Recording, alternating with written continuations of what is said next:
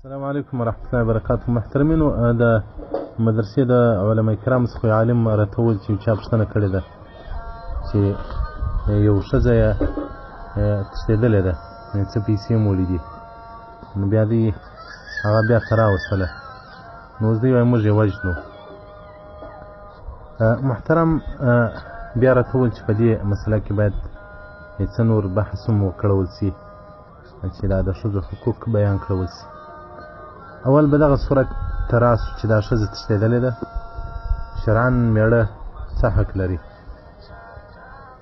مېړه که ګمان پر کوي چې تا زنا کړې ده، ته تښتېدلې یې، نو یا به 4 شاهدان تېروي د یو قاضي مخ ته، بیا به قاضي فیصله کوي چې شرعت او قرآن کوم حکم کړی هغه به جاري کېږي. او که دې واقعیت زنا هم کړي دی شاهدان نه لري، بیا به دلته د قاضي په مخ کې دی قسم کوي، قسم به داسې کوي چې اشهد بالله، زه په الله سره شهادي ادا کوم چې اني لمن الصادقین، زه رښتیا وایم فيما رمیتها به من الزنا، هغه کومه تهمت چې ما پر دې ویلی دي او کومه خبر چې ما په دې کې کړې ده چې د زنا کړې ده دې زما ښځې، نو زما دې په الله قسم چې زه رښتیا ګوی یم. 5م وار به دا وایي لعنت الله علیه، پر ما دې بیا لعنت الله که به زه درواغ وایم. بیا به 5 قسمه ښځې ته ورکول کېږي، ښځه به بیا دا وایي اشهد بالله، زه په الله سره شهادي ادا کوم چې انه لمن الکاذبین، دی درواغ وایي فی ما رمانی به من الزنا. 5م قسم بیا ښځه داسې کوي چې غضب الله، د الله غضب دی پر دې باندې، ان کان من الصادقین، که دی رښتیا وایي. نو دغه قسم چې دواړو ته ورکول سو، بیا به قاضي د دې دوه په مابینځ کې جلاوالی راولي. دغه مېړه چې ښځه یې تښتېدلې ده، شرعاً دغه یو حق لري چې د لعان موضوع ده، قاضي ته به ځي، قاضي به دوی ته لعان ورکوي. نور مېړه دا حق نه لري چې دا ښځه مړه کړي یا دا ښځه باندې بله سزا او فریب ورکړي. دا خو شرعاً مسله سو. نکاح هدایه اندې هدایت جلد 2 صفحه 396 باب لعان. اوس به راسو د ښځو حقوقو ته او د پښتنو سرغړونې ته. د ښځې حق، امام غزالي رحمت الله علیه په تنبیه الغافلین صفحه 240 کې وایي 5 حق دي د ښځې پر مېړه باندې. اول دا دی چې ښځه به د مېړه به د ښځې خدمت کوي، هغه چې کومه نفقه ده او کم د ژوند اسباب دي هغه وسایل به ورته برابروي. او دوم دې ته به دومره علم ورزده کوي چې د دې ضرورت ورته وي، مما لابد لها من الاحکام الوضوء والصلاة والصوم. او درېم حلاله نفقه به دې ته ورکوي، ځکه هغه بدن چې په حرام باندې پر ورور شو سي، هغه به په اور باندې بیا ویلې کېږي. او څلورم ان لا یظلمها، پر دې به ظلم نه کوي، فانها امانة عنده، ځکه دا امانت ته ده د په لاس کې. او 5م که چیرې وخت دې ښځې پر ده باندې تجاوز وکړي، دعوا یې ورسره وکوله، نو دی د هغه برداشت کړي. ځکه وایي عبدالله عمر بن اختار ته نوم مبارک ته یو وخت یو صحابي رالی، هغه شکایت د خپلې ښځې رااخیستی و چې عمر بن اختار ته راسي د خپلې ښځې شکایت ورته وړاندې کړي. ام کلثوم رضی الله عنها د عمر ته مبارک سره دعوا وه. صحابي چې د عمر ته د خپلې بیبي دعوا واورېدله، پر شا باندې وګرځېدی. عمر بن خطاب رضی الله عنه چې راووتی، صحابي ته ویل څه دپاره راغلی؟ هغه ویل ما عرض راوړی تا ته، زما د خپلې ښځې سره مشکل و، خو ته هم په هغه څه باندې مبتلا سوی لکه زه، ستا هم په کور کې جنجال د ښځې سره دعوا وه. عمر ته مبارک ورته وویل د دې پر موږ باندې حقوق سته، نو هغه حقوق موږ نه دي ورپوره کړي. اول دا دی چې موږ د اور څخه راګرځولي یو، زموږ شهوات په دې باندې ساړه دي. او دوم دا چې دوی زموږ د کور چوکیدارانې او حافظینې دي. او درېیم زموږ کالي رامینځي، دوبیانې مو دي، څلرم دا یعنې دي زموږ اولادو ته شیدې ورکوي. پنځم نانوایه اشپزیانې مو دي زموږ خواړه او زموږ خوراک څښاک را برابروي. صحابې ورته ویل یا امیر المؤمنین خو زما ښځه هم دغه رنګه ده. نو عمر راته مبارک کړو چې ستا ښځه هم دا رنګه ده، نو چې کوم تجاوز دی کوي پر هغه ته عفو ورته کوه، او چې کوم تجاوز موږ کړی دی هغه به بیا دی عفو راته کوي.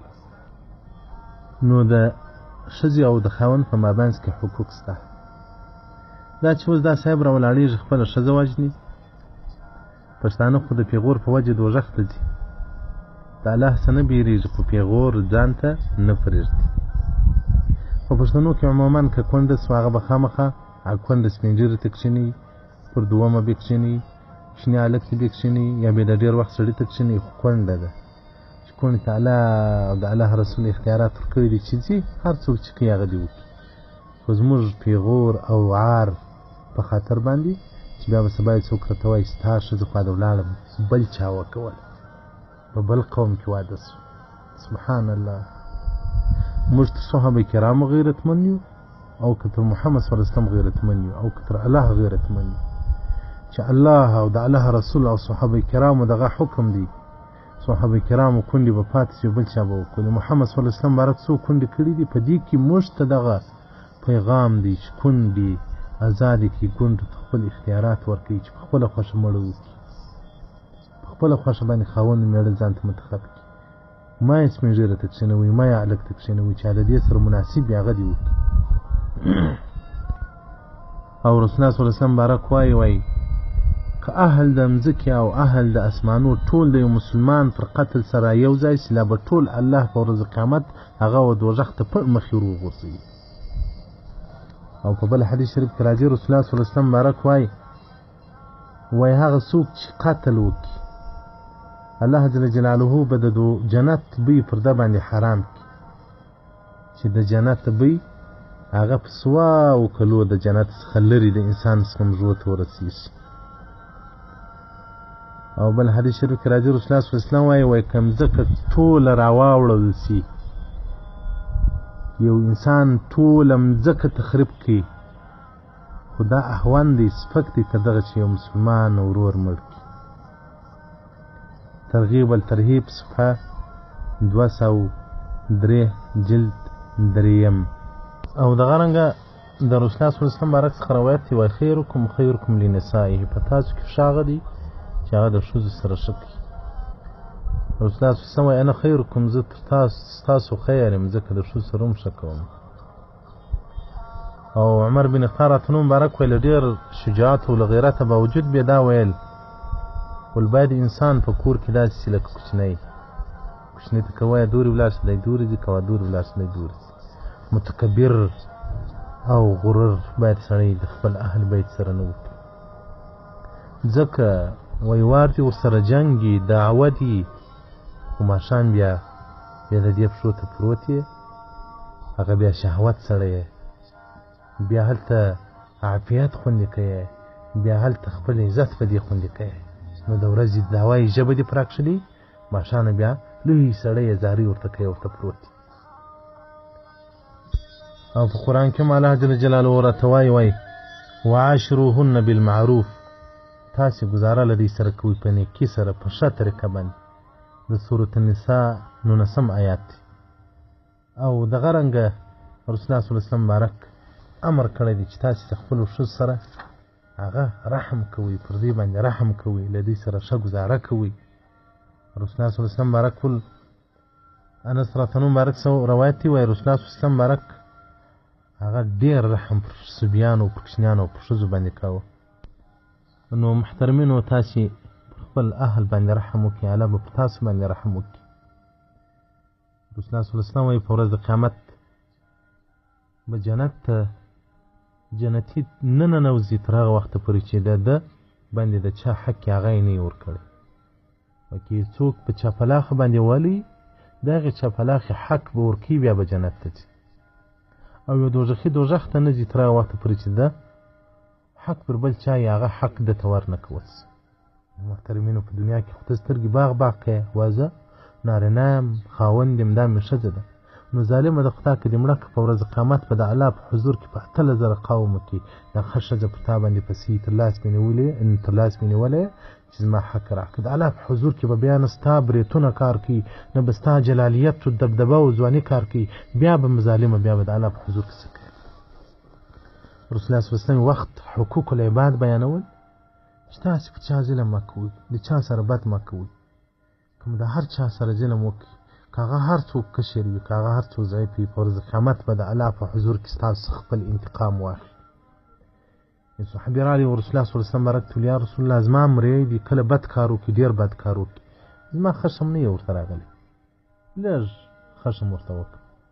کله یو کوچنی کار وکړي زما طبیعت ورته خراب سي وي او هم تکلیف ورکړم، نو آیا دی به له ما سره په ورځ قیامت حساب وکړي؟ رسول الله صلی الله علیه وسلم که ستا حق په ده پسې ورغلی و خپل حق به درکړي، او که د ده حق په تا پسې و، که څوم تبعدار یې د ده، ته د ده سردار یې، ته به حق ده ته ورکوې. د الله په حضور کې چونو چرا محترمینو نه چلیږي، نه هلته بیا سړی د پښتون قوم په نامه خلاصېږي، نه د افغانیت په نامه خلاصېږي، نه دغه چې زموږ یې غیرت بولو د دغه بې غیرتۍ په نامه هم نه خلاصېږي چې پښتانه ډېر غیرتمند دي. پښتون کم غیرت کړی دی. پښتون غیرت دغه دی چې د الله حقوق پایماله کوي. د پښتون حق دغه دی چې په ښځو باندې ظلم کوي. زه یو وخت طالب وم، کوچنی وم، پارټیم کې ځای مې سبقان ویل، په مسجد کې زه استېدم، یو سړی راغلی، غالبا د دې عبدالله خان د متکي و، د پاکستان د بلوچستان د صوبې د عبدالله خان و ګلستان. نو دغه سړی مخکې طالب تېر سوی کې د طالبانو سره شناخت خو دا مسجد کې چې زه استېدم د دې طالبانو مشرانو طالبانو شناخته و. نو بیا دوی پوښتنه ځینې کوي، بیا یې واقعه ورته شروع کړه چې ما ته خو داسې یو پېښه راوسوه. هغه وویل څنګه پېښه در وسوه؟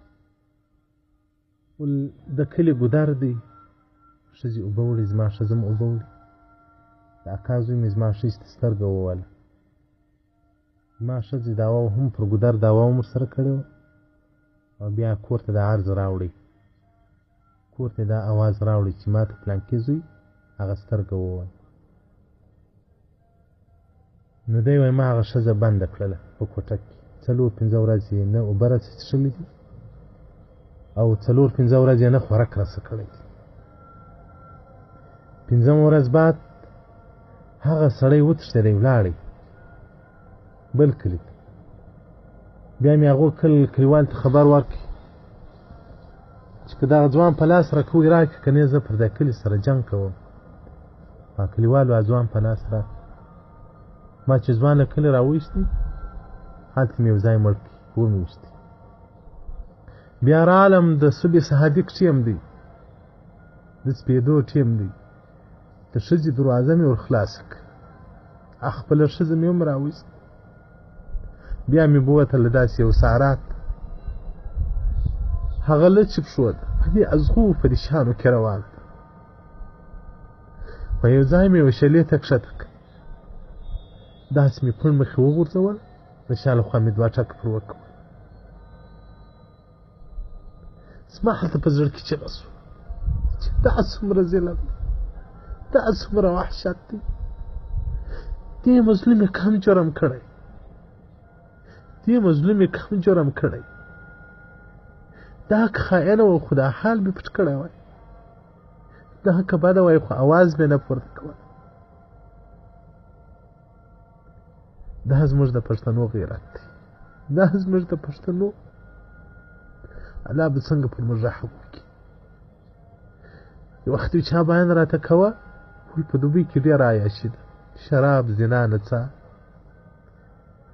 ما بیا له ځان سره فکر کوه چې دا عرب ولې نه هلاکېږي، دا دوبۍ باندې ولې د الله قهر نه اوري. بیا په حدیث شریف کې ویل ده په در المنصور کې تفسیر اللؤلؤ المنصور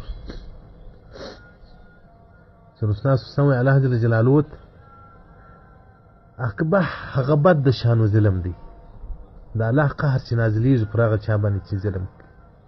ماله افغانانو کې خو ظلم شین دی، په افغانانو کې خو ظلم شین دی چې پر موږ وچکالۍ را روانې دي زموږ د مځکو برکات ولاړل په موږ کې هغه د وینو دریابونه بهیږي دا خو ظلم دی په موږ کې دا چې په موږ کې ناسیت پروت دی په موږ کې وحشت پروت دی دا خو ظلم دی نو دا د پښتون غیرت دی دا د پښتون شجاعت دی غیرت هغه دی چې سړی د الله دین پر ځان را راولي د الله دین ته ځان تسلیم یو وخت یو چا راته ویل زموږ په کور کې یو شهید سوی دی نو خوست دا کونډه هغه یو په کور کې چا ته ورکړی و چې هغه دوم واده لري نو په کور کې بل دونه څوک هم شته هغه طالب دی ځوان دی هغه ترې نه کښېني خو هغه دوم چا ښځه لري هغه ترې کښېني نو ته راسه زما پلار ته نصیحت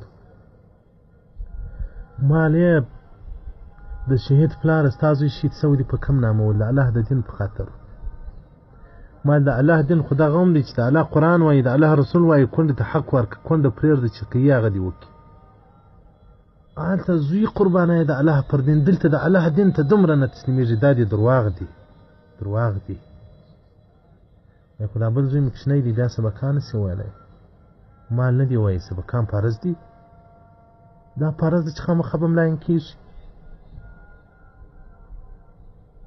خو هغه کونډه مو سره بیا خبره وکوله هغې ویل زه دا طالب کوم چې ما خپل اختیار شي زه هغه نه کوم چې هغه واده لري خو دا موږ باعث او د الله د دین د برکت په وجه باندې چې زموږ سینې د الله د دینه وي ډکې وي هغه کونډې چې زړه یې غوښتل هغه چاته مو کښېنول سږ کال هغه څوک چې هغه کونډه مو ورته کښېنول هغه عالم سو فاضل سو دستاربندي یې وکول محترمینو زموږ محشره ډېره د اسلام څخه لرې ده ډېر د الله له رحمه لرې خلک وي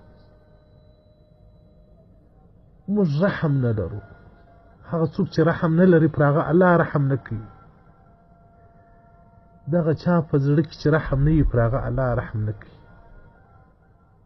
نو راځئ پر خپلو اهلو پر خپلو قربانو باندې رحم وکړو د پښتنګلوۍ په پیغور د پښتنګلوۍ په وجه راځي دوزخ ته ځانونه نه سپارو موږ ته خو جنت اولا او غوره دی نه د پښتنو پیغور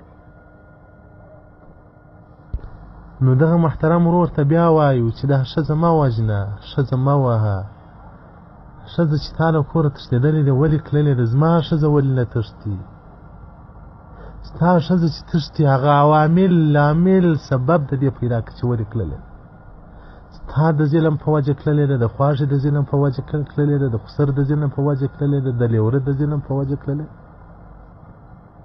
موږ خو چې ښځه را واده کړو باره د مور پلار غلامه سوه باره که زما مور پلار پر سر وسپرېدل هم وایي خو مور پلار دی او حتی نکاح یې دا چې زموږ د مذهب ستر کتاب دی وایي که ښځې خاوند ته وویل چې ما ته دار سکنا د اوسېدلو ځای را جلا کړه ستا د مور د پلار سره زه نه اوسېږم شرعاً دا حق لري پر میړه میړه بې کور جلا کوي موږ خو یو حیوان دی په کور مو رانه نیستی باره به د لیوره خښتګانو هم ورمینځي د مور و پلار خدمت به مو هم کوي او د و زمانې خوښیانې الله دې دې ته هدایت وکړي الله دې د و زمانې خوښیانو او خسرانو ته هدایت وکړي دا د الله له مخلوق سره رحم وکړي هغه ښځه د ستا په مقابل کې اواز نشي پورته کولی تاسې ظلمونه مه کوئ ای خواشي ای خسره ظلم مه کوئ رحم وکړي په رحم باندې څوک کنټرول کوي رحم وکړي هغه تور قبر ته به بیا ورځي هر هغه که چا ظلم کاوه هغه به بیا مظلوم ګرځي بل به الله پر مسلط وي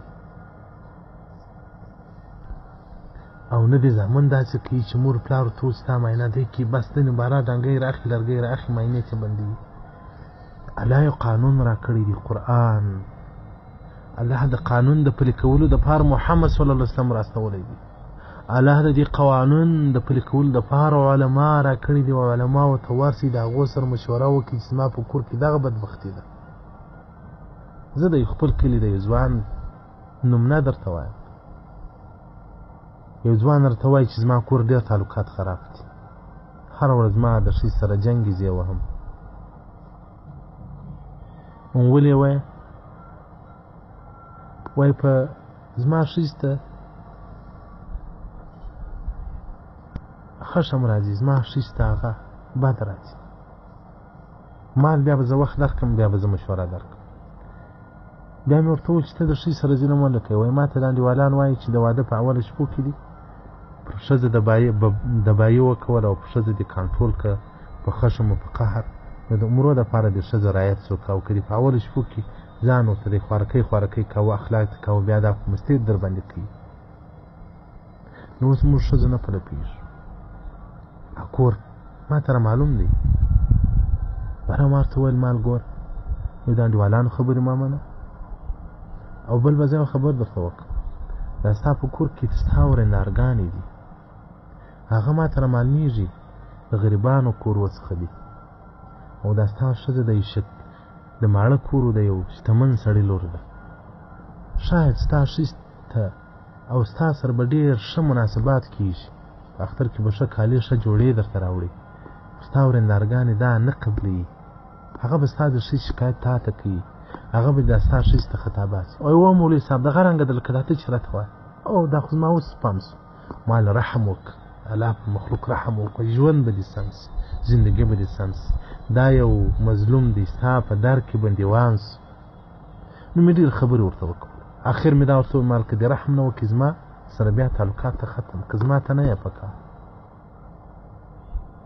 بیا ځوان ته مال ورسه ښځې ته وایه ما معاف که ما چې پر تا ظلم کړی دی، ته مې ویلې یا تا سره مې ناکې کړی ده، ما معاف. وایي زه به اوس ښځې ته دا وایم. بیا مې ورته وویل ما نو ته به د الله په حضور کې بیا څه کوې چې 8000 قوم درته ولاړې، بیا ته د خپلې معاینې په پښو کې ورغورځې وایه ما معاف کړه، د معاینې په وجه دې ملایکې دوزخ ته کشي، او که معاینه عفه نه درته وکړي په 8000 قومو کې د معاینې په پښو کې ورغورځې، هلته به چغې هم ووایه پر پښو به هم وچایه. ځکه ته ظالم یې، دا مظلوم دی.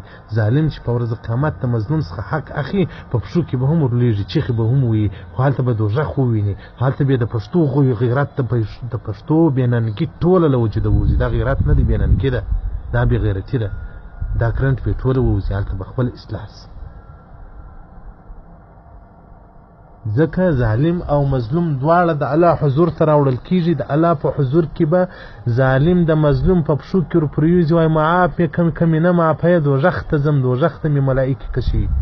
ملایکې به هم ورته وایي که معافوې معاف یې کړه، که نه یې کش مو کړې دوزخ ته. داسې څه خبرې چې مې ورته وکولې.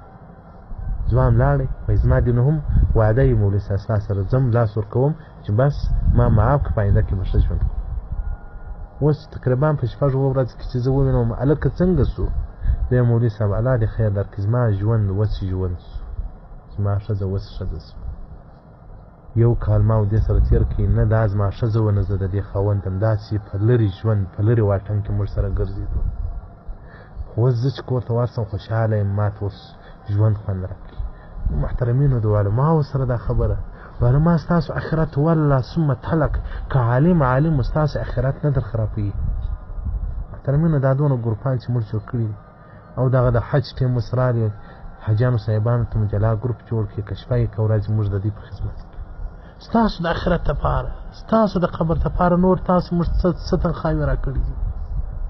په علماو کې د رسول الله صلی الله علیه وسلم رحم پروت دی. هغه عالم کې چې رحم نه وي پر امت رحم نه لري، هغه عالم نه دی، هغه د دین غل دی.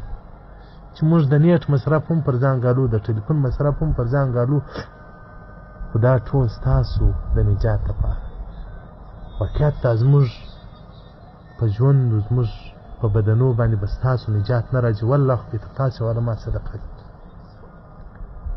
عمر بن خطاب راته نوم مبارک وخت په دعا کې وایي و یا ربه ما د دوزخ امان راکړه، ما له دوزخ وساته، که به ازلي دوزخي یم الله ما ته دونه جسد راکړي چې زه ټول دوزخ په ما ډک شي، د رسول الله امت نسي ورکړي.